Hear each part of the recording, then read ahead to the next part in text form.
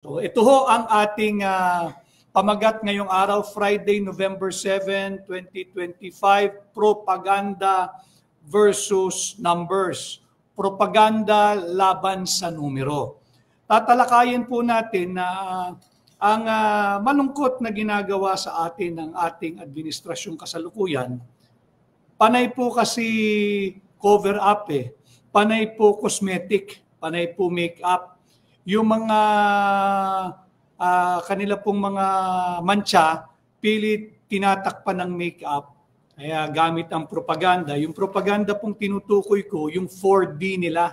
Ano po yung 4D? Yung deny, deflect, discredit, at demolish or demolition. Yung 4D propaganda, ito po yung propaganda, puro pagpaganda na lang. Buti sana kung totoo, propaganda na lang ng paganda. Subalit pag lumalabas po yung numero, hindi po kaya ng propaganda lang Because numbers will not lie.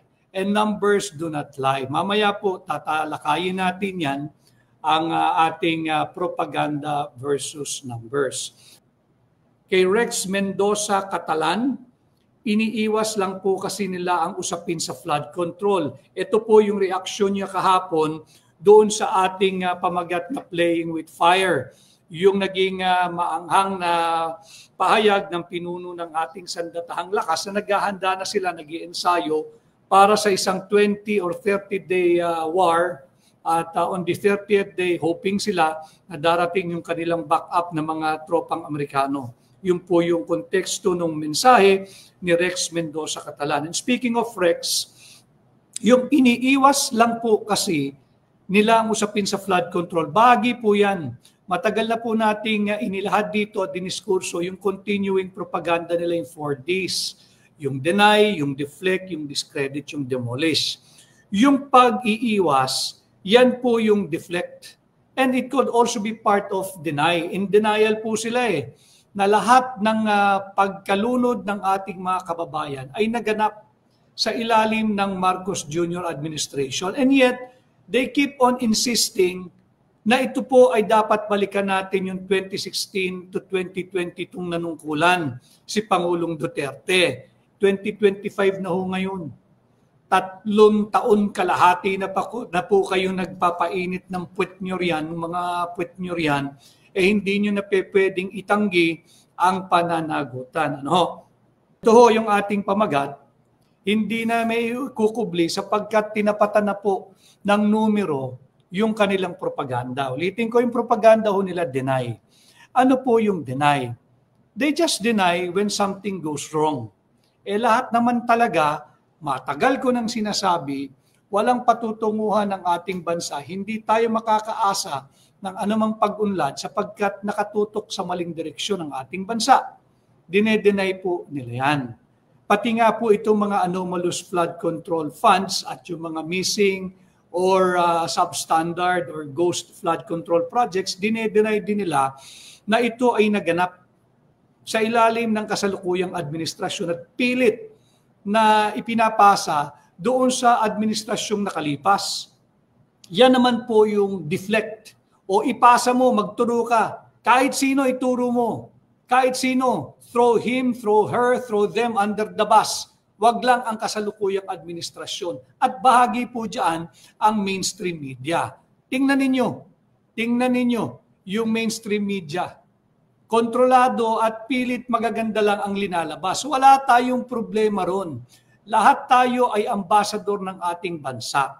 Dapat tayo lahat ay maging salesman ng ating bansa. Ibenta natin yung ating bansa dito sa ating bansa, sa loob, sa lokal, at pagtuwing tayo rin ay lumalabas, namamasyal, naghahanap buhay, nagmi-meeting o kung ano man ang ating trabaho ginagawa pag tayo nag-abroad. Subalit, kinakailangan dyan maayos, mainam, tapat ang pagpapatakbo ng gobyerno ng kahit na sinong administrasyon.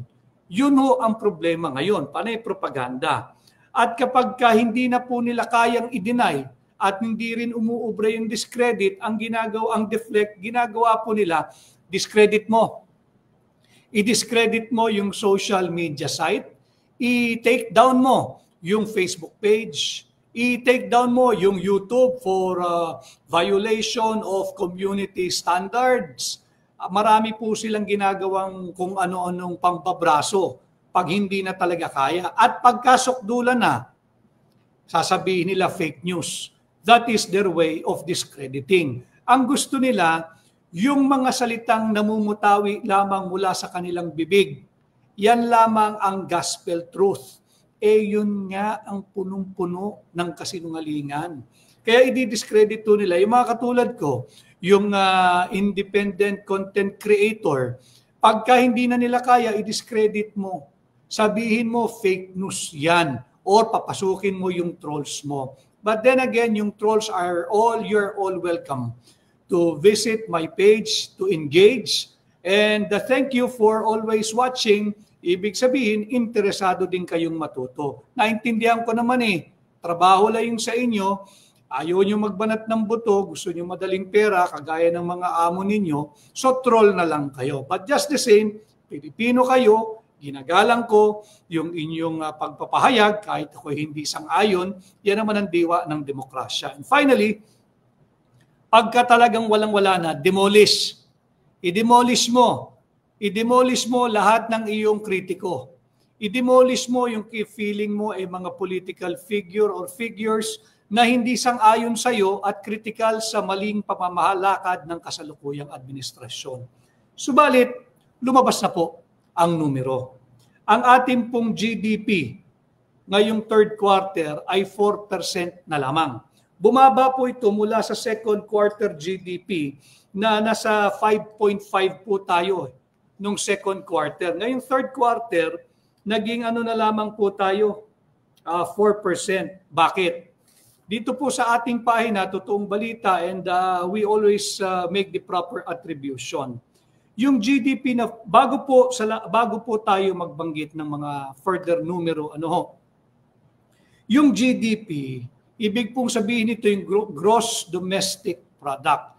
Ito po yung salamin ng kasalukuyang estado o sigla ng yung pangkalahatan, general condition or general health or pangkalahatang kalusugan ng ating ekonomiya.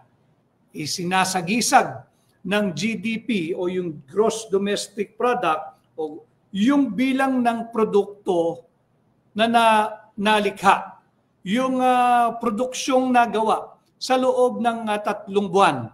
Ito nga pong third quarter GDP o di kaya yung serbisyong na nangyari o yung mga trabaho o yung serbisyong nalikha, bunsad ng ating economic activity.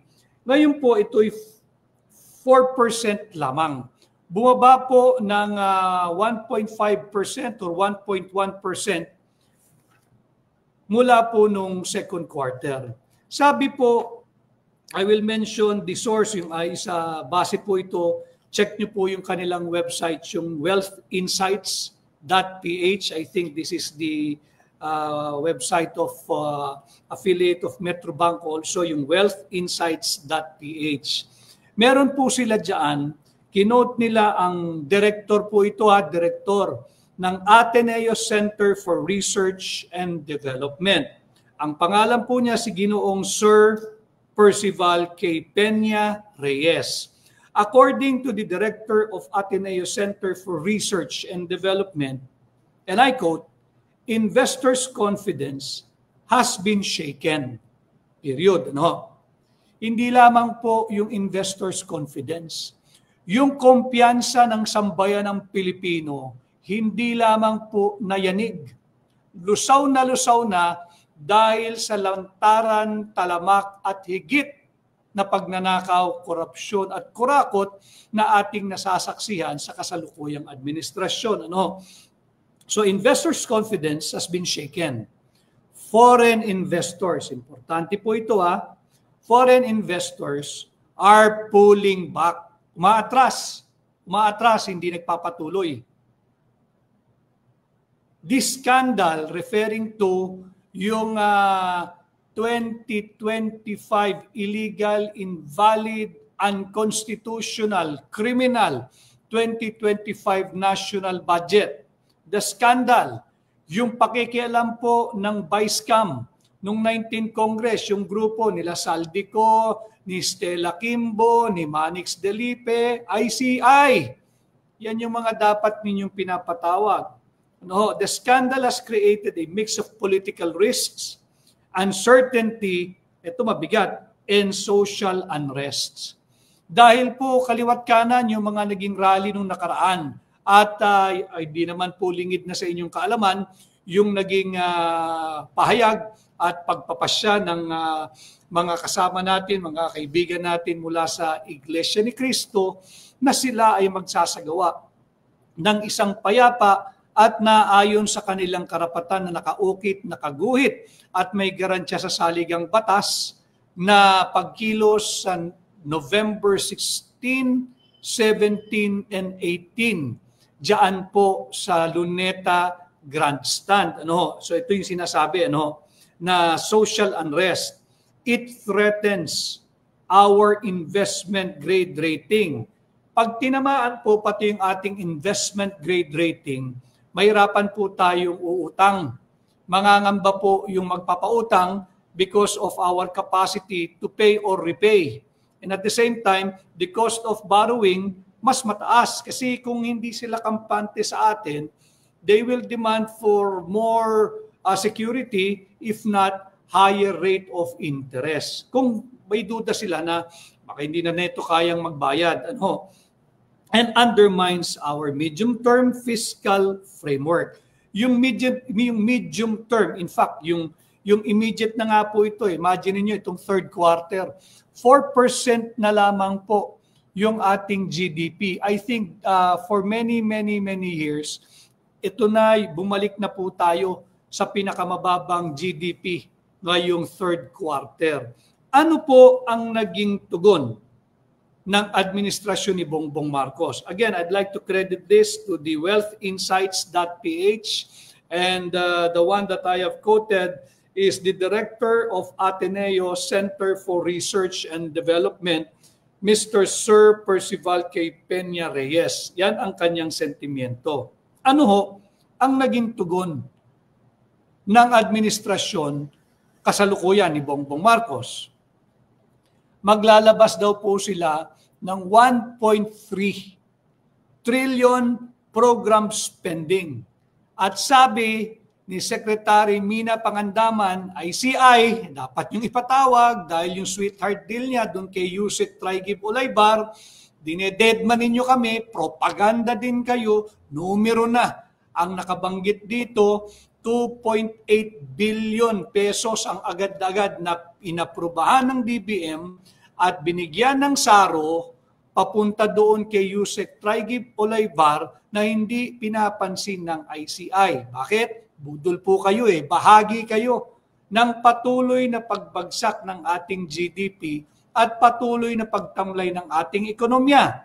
Bakit? Panay kayo propaganda. Propaganda lang kayo ng paganda Hindi nyo na kayang itkubli. Hindi na pwede yung cosmetic cover-up or cosmetic changes. Hindi na uubra. Lumalabas na po yung numero Hindi kayang kontrahin ng propaganda ang numero. So yung 1.3 trillion na pinag-utos ng Malacanang na ilabas sa yung program spending, ang layunin daw po nito, budol ito talakayin natin to. Importante talaga, nagbabanggit tayo ng numero to debunk the many lies that this administration is feeding us, enforcing it, shoving it down our throats. Hindi tayo dapat pumayag. Yung 1.3 trillion program spending, ang layunin daw po nito ay maiangat ang ating economic growth ngayong taong 2025. Kasi bumaba na po ng dihamak Ang kanilang projection ay 5.5 to 6.5 na lamang po ang ating growth this year. Galing po yan sa napakataas, 7 to 8 to 8.5%. Pinihit na nila pababa. Bagsak po yung GDP. Naging 4% na lamang ngayong third quarter. Knee-jerk ang reaction. Anong ibig sabihin ng knee-jerk? Mga kababayan, 1.3 trillion ang ipinag-utos na gamitin yung galing sa program spending.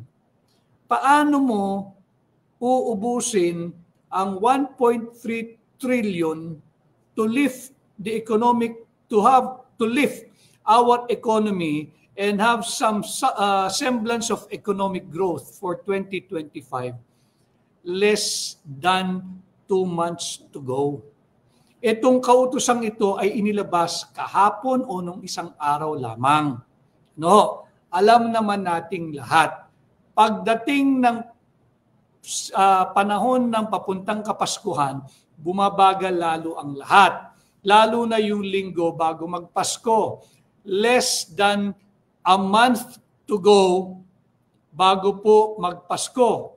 Hindi ba? Mabilis nang nauubos yung panahon. And ang mga 1.5 buwan na lamang matatapos na po yung taon. Paano mo uubusin yung 1.3 trillion?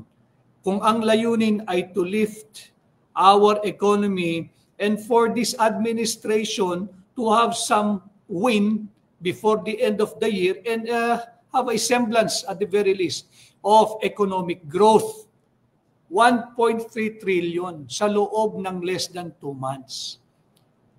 Bakit ko po sinasabing ito'y pambubudol din? Bahagi rin siyempre ang DBM dahil yung DBM secretary ang nagpahayag yung dapat imbestigahan pero ni minsan ay hindi pinatawag ng ICI. Pati yung dating pinuno ng Senate Finance Committee, yung chairperson ng Finance Committee during the 19th Congress, si Grace po, hindi na rin naiimbestigahan. Bahagi siya ng Vice Cam yung Vice Cam ng 19th Congress. Pero katatapos lang ng napakalakas na bagyo, grabe ang baha sa Cebu, nag-iimbestiga ang mga ICI sa Davao, sa 3rd District. Ang congressman po ng 3rd District ng Davao City ay si Congressman Isidro Cid Ungab. Si Congressman Isidro Cid Ungab, siya po ang nakabisto doon sa mga blanco sa Bicameral Conference Committee report during the 19th Congress. So nandoon sila kahit alam nilang nalunod yung ating mga kababayan sa Cebu. Ganyang kawalang hiya ganyang kawalang hiya. Bakit? Anong layunin? They want to discredit Cid Ungab. Wala ho kayong makikita sa ginagawa ninyo. At yung mga bahagi ng ICI, wag ho kayong papagamit na kayo Meron nga dyan yung sinasabi pa na meron pa siyang message yung chairman. Ang sabi niya, what the world needs now is love. Lokohin mo ang lelang mo. What the Filipino is demanding now is justice, transparency, and full accountability. Yan sanang mga salita at katagang yan ang mamutawi sa bibig mo. Hindi yung mga what the world needs now is love. Kabaduyan mo yan Binobobo mo ang mamamayang Pilipino. Buti na lamang, meron tayong advokasya na iangat ang antas ng pampublikong diskurso kahit na yung mga inakala nating prestihiyosong mga tao, sila pa ang humihila. Ginagawang usapang bangketa, yung napakahalagang usapin, panglipunan. Para lang po ma-realize nila, yes, the Filipino needs to be cared for. Yes, the Filipinos need so much love. Tingnan po nyo ito na may viral na. Yan, ICI chairman, kaya mo sabihin sa Ginoong ito, yung mga propaganda mo? Tingnan po nyo yan. Panay po kawalang hiyaan Nalulunod na, patay na yung mga Pilipino Ang sasabihin mo lang, what the world needs now is love, tayo'y magmahalan. Kaya mo bang humarap sa Ginoong ito? Kaya mo bang humarap sa Ginoong ito? ICI chairman. Yung mga mainstream media, kaya nyo kayong humarap sa Ginoong ito, sa pamilya nito? nalunod na yung tao, namatay na, propaganda pa rin. Isa lamang ito sa mga nabiktima dyan sa Cebu. At ang aking patuloy na pakikiramay po sa inyo. And in my own little way, I hope to uplift and open up and enlighten the minds of many Filipinos. Sobra na po yung pambubudol na ginagawa sa atin. Ang tugon po nila, 1.3 trillion program spending will lift economic growth this year. Sabi po iyan ng sekretaryo ng DBM.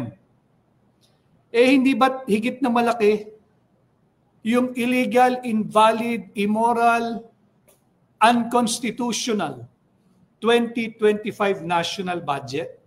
Di ba ang halaga nun 6.325 trillion? At hindi ba nung pumutok na loaded ito ng AIX, loaded ito ng AKAP, loaded ito ng kung ano-anong ayuda, loaded ito ng pork barrel ng mga senador at kongresista? Ang sagot nyo rin, kinakailangan yung AIX, kinakailangan yung AKAP, kinakailangan yung ayuda, sapagkat ito ay mag-aangat ng mga household spending. At pag tumaas yung level o antas ng household spending, iikot ang pera sa komunidad, tataas at gaganda ang ating ekonomiya. Kasinungalingan po iyon eh. Bakit? Hindi naman po napunta sa tao eh. Ginaransya nila na year round. May nakikita pa ba kayo nagpapapila? Pag may sakuna? Hindi po kinakailangan, ulitin ko, matagal ko nang sinasabi ito, hindi kinakailangan ng Pilipino ng limos. Hindi nangihingi ng limos ang Pilipino. Matigas ang kasukasuhan, matigas ang tuhod ng Pilipino pagdating sa marangal na trabaho. Ang hinihingi ng Pilipino, pantay-pantay na pagkakataon at oportunidad, bigyan sila ng trabaho, negosyo, hanap buhay, at pagkakataong kumita ng marangal. Kaya ng Pilipino yan. Hindi naman magnanakaw ang Pilipino eh. Maliban lang sa iilan na nariyaan sa pamahalaan. Maging ikay executive department o ikay senador o ikay kongresista. Pero hindi po nangihingi ng limos. Kaya yung ICI, what the world needs now is love. Sabihin mo dito yan, humarap ka dyan. Ayan o. Tapos nag-iimbestiga ka sa Davao. Yung 1.3 trillion, cosmetic na naman yan, propaganda na naman yan, make-up na naman po yan. Yung 1.3 trillion, sa laki po nito, kanino mapupunta? Wala pong pinagkaiba ito doon sa mga napuntang pondo sa DPWH nung panahon ni Manny Bunuan. Secretary Manny Bunuan, nawala na rin po sa kwentuhan, hindi ba? Nawala na rin sa radar ng investigation, hindi ba? Nawala na rin doon sa mga tinutugis upang hinga ng pananagutan at transparency at justisya, hindi ba? Paalala ko po sa inyo, dahil next week daw ho ay sisimulan at magbubukas uli yung Sarsuelang Blue Ribbon. Ito yung mga dapat pinapatawag pa ulit-ulit. Hindi yung nag-resign lamang, pinauwi agad. Anong klaseng lukuhan yun? Mas malaki po yung 6.325 trillion. Umangat ba yung ating ekonomiya, yung GDP? Kung yung 6.325 na higit na malaki sa 1.3 trillion, yung 1.3 trillion, ito po ito pump prime the economy in the remaining days, in less than 2 months na natitira ngayong taong ito. Hindi nga po naiangat ng 6.325 bakit kanyo? Sa akin pong pag-a-analyze, may pondo po Tama po yon. Yung mga trilyong piso na inilagak sa DPWH, kung yun talaga ay inimplement ng maayos, walang ghost flood control projects, walang ghost roads, walang ghost bridges, walang ghost school and public buildings, walang substandard infrastructure projects. Lahat na po yan, flood control, flood mitigation, bridges, roads, etc., farm to market. Talaga pong iikot ang ating ekonomiya. kung ipinatupad. Bakit? Mapupunta po yan sa lehitimong kontraktor. Yung kontraktor mamimili ng mga gamit. Semento, bakal, buhangin, bagong truck, bagong equipment, at syempre may mga empleyado. So magkakaskade po yun pababa. Yan, pagka ganyan sana ang ginawa, talagang iikot ang pera. Aangat po, lalakas yung consumption or household spending.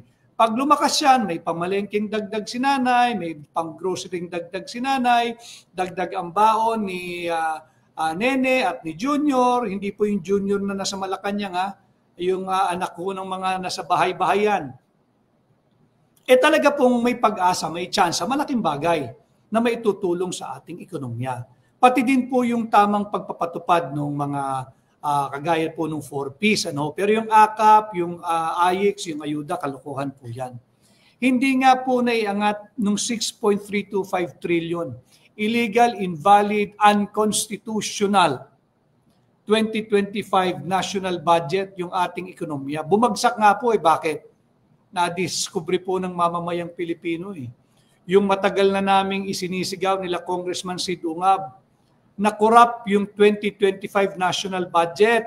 At nung ipit na sila, pumihit po, propaganda rin yun. Siya na po yung naging anti-corruption crusader. At yun po ay naging pahayag niya sa kanyang naging SONA. Mali po iyon. Enabler po yan, itong kasalukuyang administrasyon. Sapagkat nandyan na yan nung 2024, nung 2025 national budget. Loaded na po iyan. Hitik, siksik, at umaapaw. Grabe po ang korupsyon nila dyan. So, yung 1.3 trillion, again, part of their propaganda. Propaganda. Propaganda po nila yan. Para cover na rin siguro, para may perang maibibigay kung sino man dapat nilang sa tingin lang dapat bigyan. 1.3 trillion, paano mo ubusin yan? Sa loob ng less than 2 months. Kalokohan po yan. Ang sabi, para daw po mag-catch up ito at may bangon muli. Ayan yung famous line na may bangon muli ang ekonomiya. Cosmetic approach na naman po yan, pambubudol po yan. Pambubudol po yan.